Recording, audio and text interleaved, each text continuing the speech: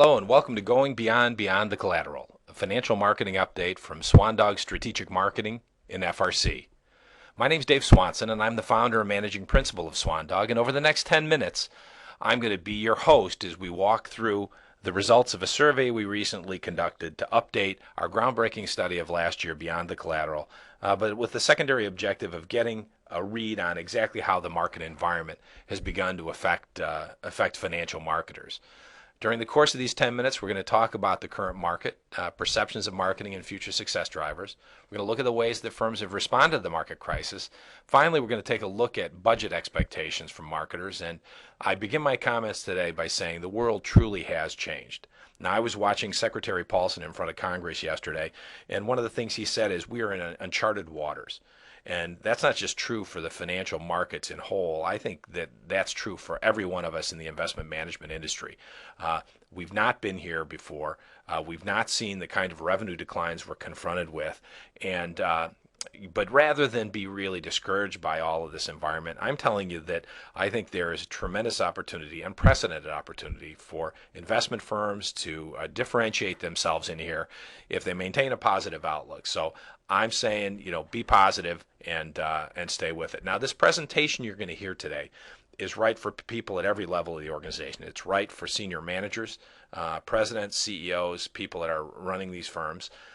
It's right for heads of marketing. And it's certainly right for all of you marketers in the trenches who are working so hard every day to deliver. So I'd encourage you, to take a listen. If there's somebody in your organization who'd benefit from this, please forward it on. So let's start with our first question. Will today's difficult market environment undermine marketing's progress? Now, a year ago, when we first conducted Beyond the Collateral, on a scale of 1 to 10, marketing came out at about a 4, 4.5 on a scale of 1 to 10 in terms of its effectiveness. You can see here that we've made some improvements over the last 12 months. Marketing is the poor and mediocre results that we saw in marketing have pressed their way upwards. And now we're doing a pretty average to slightly above average job as it relates to effectiveness. I'll tell you what concerns me, though. My concern is that in 2009, we're going to see reductions in budget actually impede the progress we've made, or worse yet, roll back some of that progress, as we see that the progressive initiatives, things like segmentation, things like digital marketing, give way to the old tried and true of if I had one more dollar to spend, I've got to have a fact sheet on X, Y, or Z. So stop. As you think about your budget, stop yourself from that level of thinking and actually go back and try and define what strategic initiatives. The old model, it said you had to maintain the same level of sales support across all your products. That's not an idea that plays in the context of today. Probably most of you have 2, maybe 3 products that really are saleable. Concentrate your marketing efforts there and make sure you leave some money to do the progressive and strategic initiatives that will move you forward and drive growth. So is marketing position to lead is the next question we pose. Now, in our Beyond the Collateral study, we talked about the importance of marketing having a seat at the table. And I'm pleased to say that there's been progress made in that regard. While the numbers of CMOs is largely unchanged year over year, their influence inside of organization has clearly moved up. Today, from 62% last year to 75% of CMOs reporting to the CEO. That's important because marketing is indeed a business function. And for marketing to be the growth driver and help drive firm growth, it needs to be upstream with the CEO president thinking about business strategy rather than being downstream. As well, we've seen big improvement in terms of the CMO sitting on the executive committee, 29% in 07 to 75% today. Now, here's the bad news. We're asking a lot of the CMOs. There's clearly a differentiation between like a CMO and a director of marketing. And, you fall in a little bit of the camp of kind of use it or lose it. Make sure that in your firms, if you have a CMO, that you're using them to do big M marketing initiatives. If not, you're probably paying an awful lot of extra money to have somebody with a lot more horsepower, a lot more firepower to be overseeing the production of fact sheets. So this is a use it or lose it. We encourage you to use it. Next question. How's the business focus changed over the past year? Well, obviously, difficult environment. Last year, differentiation and brand awareness were number 1 and 2 when it came to most critical business challenges. Not surprisingly, this year, you see things like margin pressure, investment underperformance, asset retention, budget constraints, all these revenue-related issues have risen dramatically. So not a surprise there where differentiation has fallen backwards. The thing that is a bit surprising is that brand awareness has the number one spot. Now, I think that's right for a lot of reasons, not the least of which is that customers are looking for trust. Customers are looking for security, and they're going to gravitate to those big brands, those brands that it appears that the financial, that the government is prepared to support financially. So again, take a look at where you are with your branding. Branding is not advertising. Branding is the idea that lives behind you. But interesting to see that brand awareness is held up there.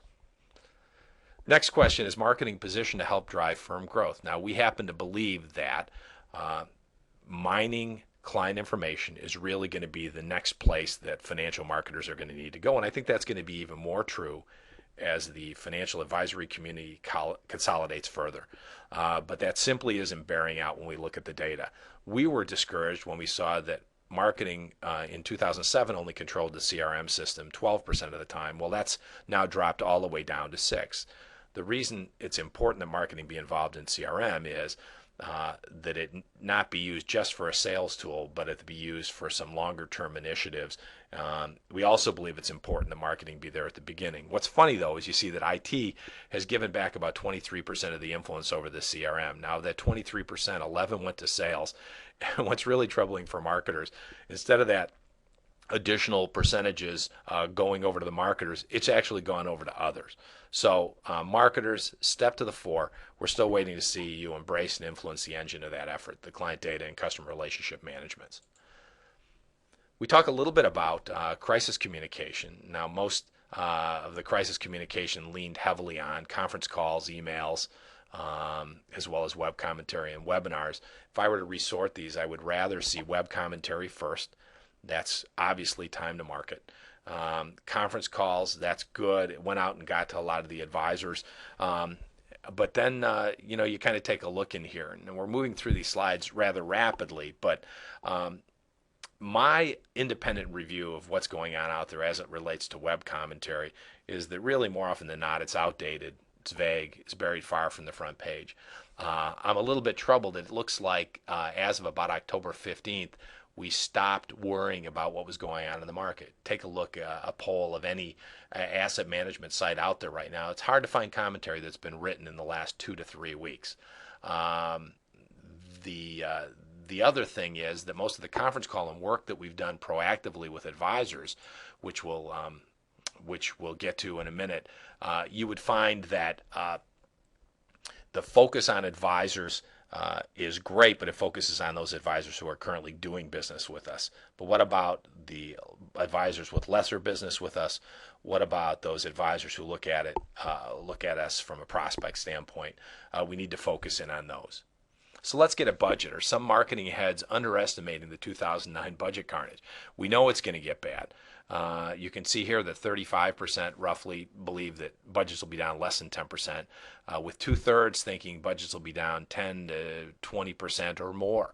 I think the people that believe the budgets are going to decline less than 10% are a little bit drinking the Kool-Aid. We anticipate the budgets really will probably fall in that 10 to 20% decline range. What I think is interesting here, though, is there's clearly kind of a polar effect here in looking at the budget. You can see that there are people out there who believe and expect their budget cuts to be in that 30, 40, 50% range. Again, I think for the people who think it's going to be less than 10%, you're overly optimistic. And remember, the real revenue declines have hardly been felt yet. And we think it'll go from there. So let me provide a wrap up here. The world has changed, but it's important that you view every one of your efforts in context. Marketing's made a lot of progress. Don't give it back now. The market response has lots of room for improvement. And finally, budget decisions will be as important as how large they are. In other words, make sure you allocate your resources smartly as you go from there. To learn more about SwanDog and FRC, visit swandog.com. You'll hear about our services. You can read my blog. Great opportunity to catch up with what we're up to. From FRC's perspective, go to frcnet.com. That's where you'll be able to hear about their latest studies, exactly what they're up to, or you found your way to Beyond the Collateral here, so join the conversation, stay in tune. Finally, thanks a lot for your time. We look forward to seeing you